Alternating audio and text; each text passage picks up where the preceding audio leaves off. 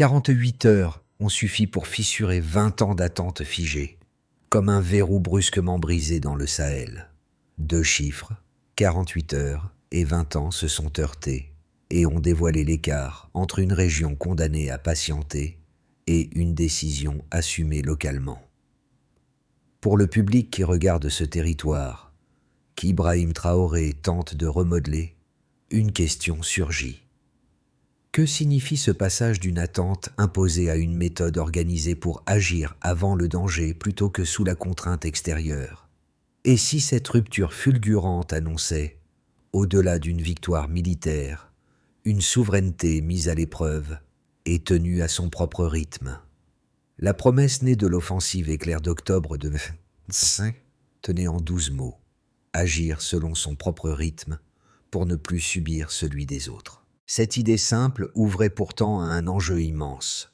Si le Sahel voulait consolider ce moment de rupture, il devait prouver qu'une souveraineté opérationnelle pouvait devenir une méthode durable plutôt qu'une parenthèse héroïque.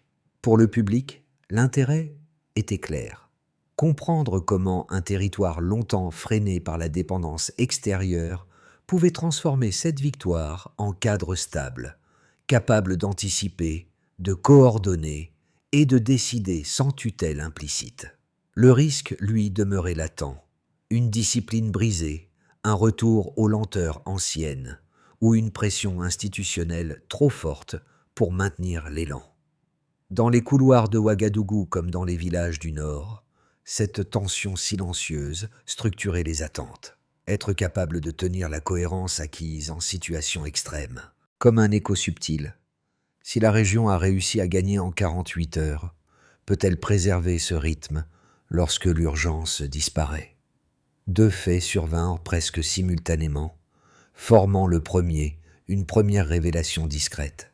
Un signal intercepté avant l'aube du 2 octobre de 25 et un changement discret dans la manière dont les armées sahéliennes interprétaient leurs propres données. Une troisième mesure s'y ajouta.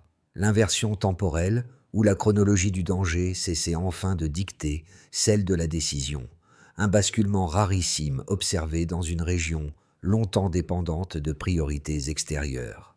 C'est dans ce glissement technique mais décisif que se structura la stratégie portée par Ibrahim Traoré. Autour de Ouagadougou, les indicateurs affluaient. Mouvements atypiques près des frontières, dépôts de carburant surgissant comme des points chauds, assemblages dispersés captés par les systèmes locaux. Ce maillage intérieur, qui semblait rudimentaire sur le papier, offrait en réalité une lecture plus cohérente que les dispositifs externes utilisés durant les années précédentes. Le désert, supposément immobile, révélait une activité nouvelle issue de mois d'efforts pour réapproprier un terrain trop longtemps observé par d'autres.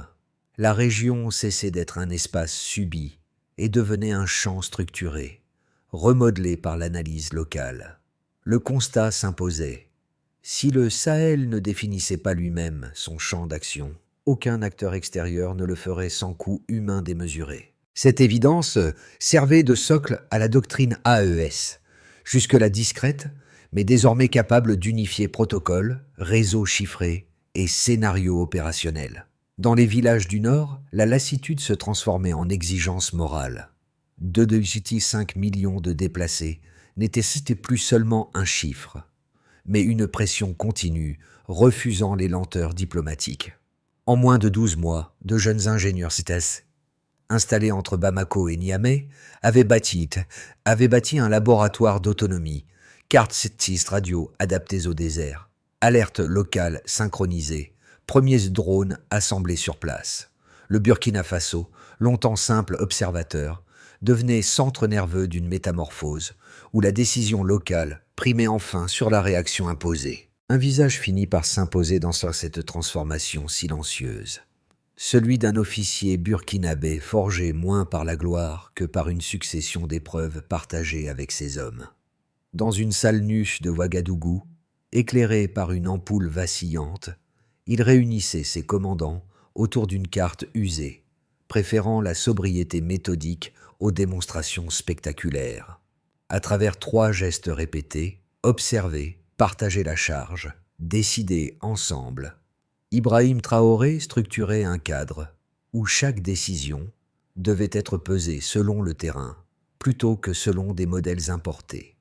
Les premières retombées apparaissaient dans des scènes minuscules, mais décisives.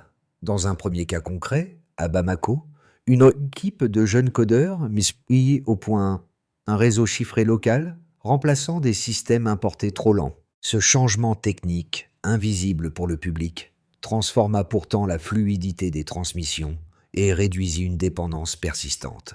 Dans un second cas révélateur, à Niamey, un atelier improvisé assembla les premiers drones sahéliens. Leur vol d'essai au-dessus des dunes prouva qu'une autonomie jugée irréaliste pouvait naître d'outils modestes, mais d'une vision claire. Sur le terrain, ces progrès modifiaient la psychologie des unités. Les soldats burkinabés n'exécutaient plus un plan venu d'ailleurs. Ils contribuaient à une stratégie qu'ils reconnaissaient comme la leur. Dans les villages frontaliers, les radios locales prenaient le pas sur les bulletins extérieurs, signe discret d'une réappropriation narrative en cours. La conclusion s'imposait avec simplicité. La confiance change la vitesse, et cette vitesse redéfinissait déjà l'équilibre du Sahel. Avant l'aube, tout bascula. Les signaux interceptés la veille confirmaient une offensive méthodique, silencieuse, dispersée dans le désert. Les états-majors sahéliens savaient que la préparation ennemie était réelle, structurée, presque géométrique. Cette fois, pourtant, la région n'attendait plus. Activation. À 04h30, l'ordre partit, bref et précis. Les radios locales s'alignèrent en quelques instants. Les positions se synchronisèrent. Les premiers drones sahéliens montèrent dans le ciel froid. Leur vol restait calme, presque anormalement calme. Sous leurs caméras, les signatures thermiques ennemies formaient des constellations instables. Les lignes logistiques apparaissaient nettes. Convois, dépôts, relais. Le terrain se dévoilait enfin selon une logique locale. Ibrahim Traoré répéta aux officiers une ligne devenue doctrine. Définir le champ de bataille avant que l'ennemi ne le fasse. À 05h00, les batteries sur les 5 burkinabés rugirent. La première salve frappa les motos. La deuxième pulvérisa les dépôts de carburant. La troisième réduisit les tentes de commandement. Chaque tir suivait un protocole partagé entre Bamako, Niamey et Ouagadougou.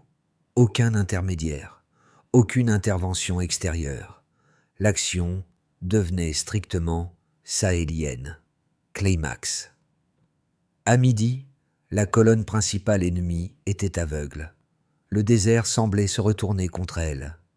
Les drones maliens ajustaient les trajectoires.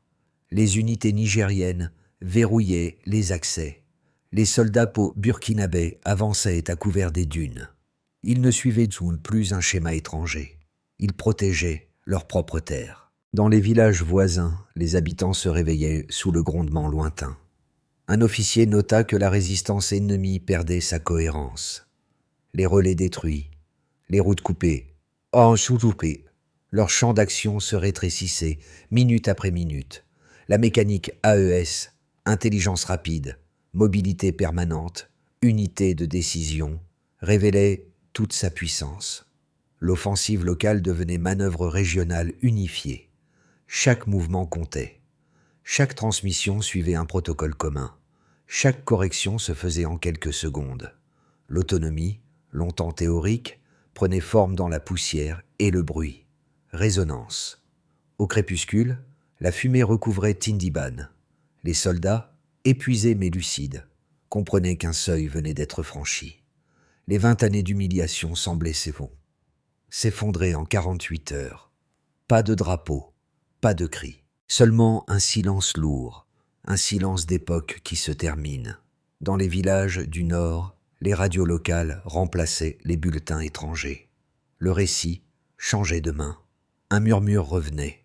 Cette fois, c'est nous. Un commandement sahélien nota que la région contrôlait enfin son tempo opérationnel. La victoire cessait d'être militaire, elle devenait narrative. Elle redéfinissait qui parlait, qui observait, qui décidait. Et dans cette lumière tombante, une évidence s'imposait. La vitesse n'était pas un accident, mais un choix structuré. L'écart entre l'ancien rythme du Sahel et la dynamique révélée en octobre 2025 apparaissait immédiatement. Un baseline fait de lenteur, d'alertes décalées et de dépendance technique cédait la place à un delta fulgurant où chaque décision sahélienne gagnait des heures sur l'ennemi. Ce changement ne relevait pas d'une impression.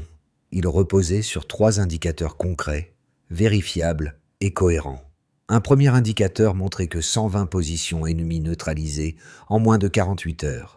Les opérations comparables prenaient auparavant plus d'une semaine, dans un paysage marqué par la dispersion et la lenteur des transmissions. Ici, cette dispersion ennemie, habituellement un atout, devint une faiblesse exploitée avec précision. La phrase d'explication « 10-12 tue ». La vitesse résultait d'une circulation d'informations enfin cohérente sur zone. Pour les unités sahéliennes, ce chiffre n'était pas un trophée. Il révélait plutôt un maillage opérationnel, construit patiemment durant l'année précédente. Chaque antenne artisanale, chaque protocole radio stabilisé et chaque test mené dans la chaleur du désert contribuait à ce résultat. L'autonomie n'était donc plus théorique. Elle avait une matérialité mesurable. Un deuxième indicateur révélait qu'une zone d'opération d'environ 600 km, un périmètre jadis jugé trop vaste pour une coordination strictement locale et sans relais extérieur. Pourtant, aucune architecture satellitaire étrangère ne soutenait l'opération. Uniquement une grille radio unifiée et des drones sahéliens amplifiant la portée des signaux. Ce volume attestait de la robustesse d'une cartographie forgée en 12 mois d'essais répétés. Phrase d'explication 10-12 tue. L'extension prouva que la logique sahélienne dépassait ses limites habituelles. Pour les équipes techniques, ces 600 km représentaient un champ d'expérimentation réel. Les ingénieurs burkinabés, maliens et nigériens validaient ainsi la stabilité d'un modèle qu'on disait impossible à maintenir sans supervision extérieure. Un troisième indicateur indiquait que des pertes civiles inférieures à 3%, un taux inédit pour une opération de cette intensité. La sélection minutieuse des cibles reposait sur un flux constant d'images vérifiées, stabilisées et croisées entre 3 armées. Les procédures communes, testées dès les premiers mois de l'AES, réduisaient les erreurs critiques. La phrase d'explication 10-12 tue. Le taux montrait une discipline opérationnelle rarement observée auparavant. Pour les soldats sur le terrain, ce pourcentage n'avait rien d'abstrait.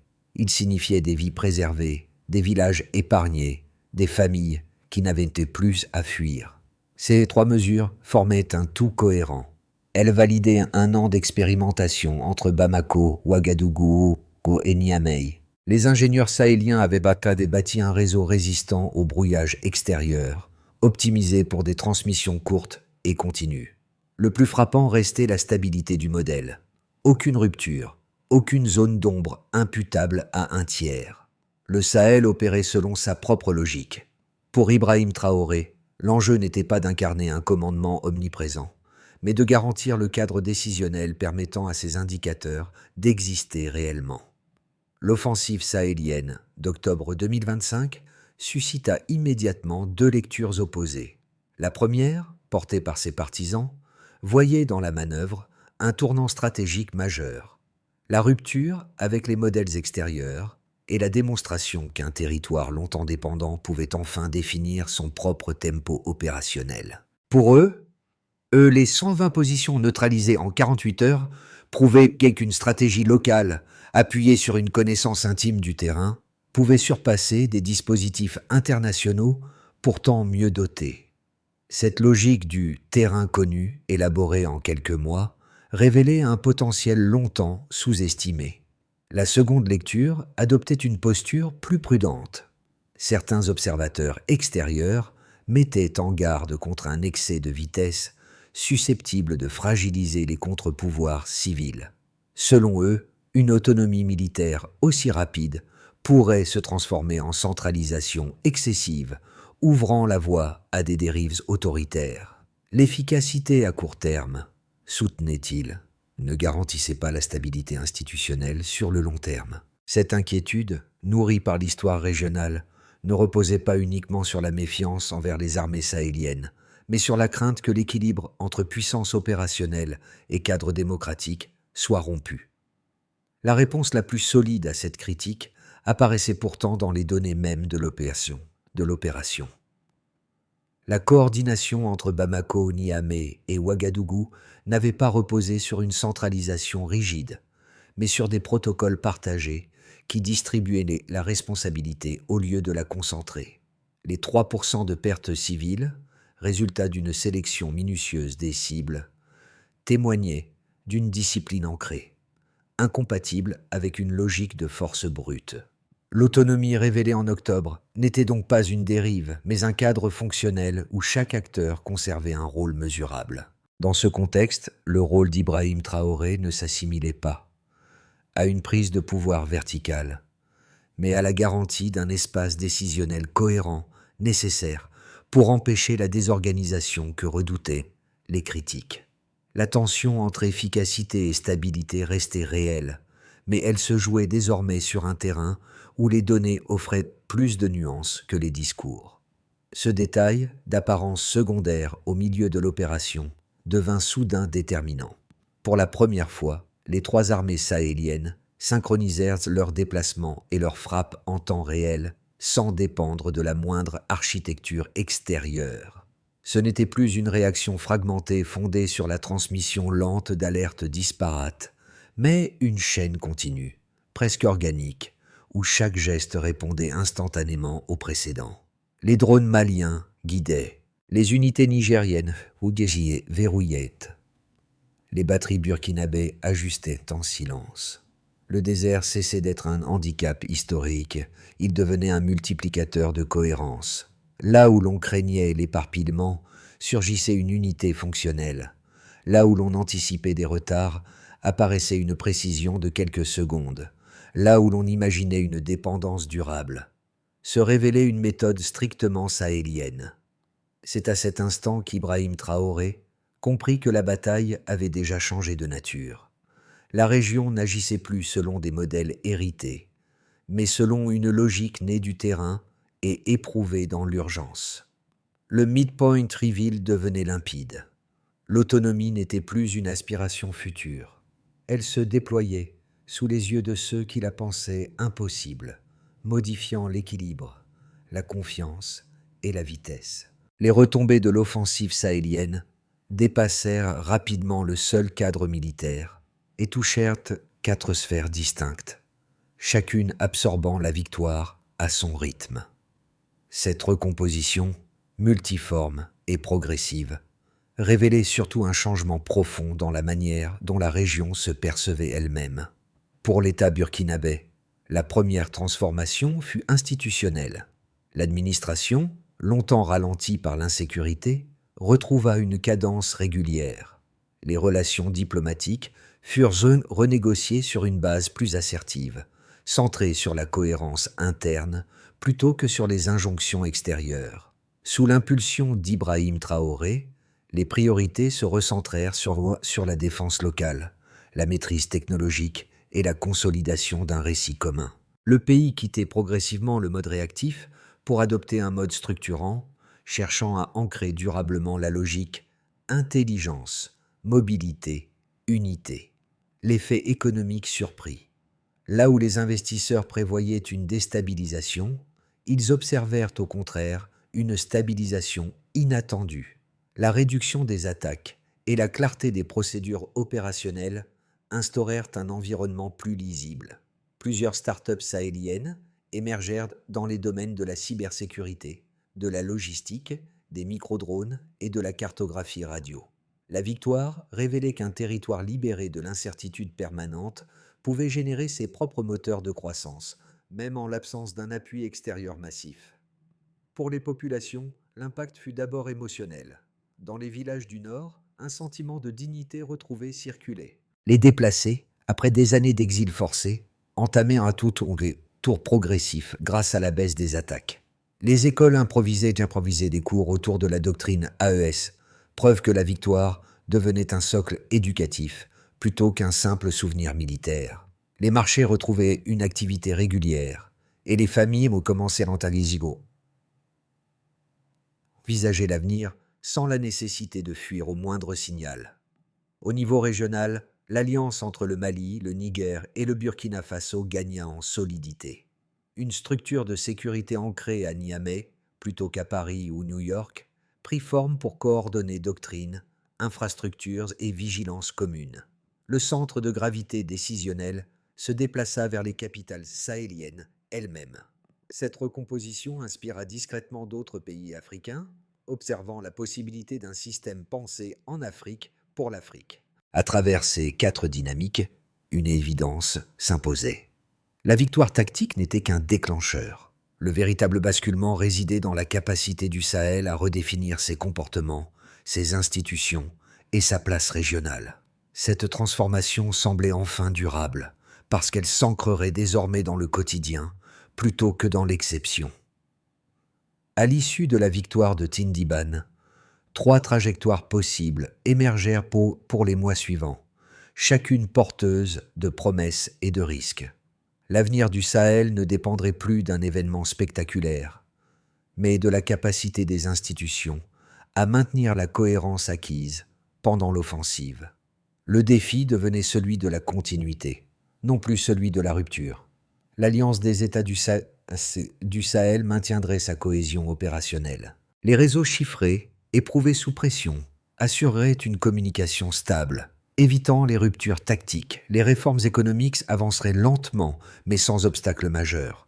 La victoire militaire serait alors convertie en architecture durable, à condition de contenir la fatigue institutionnelle.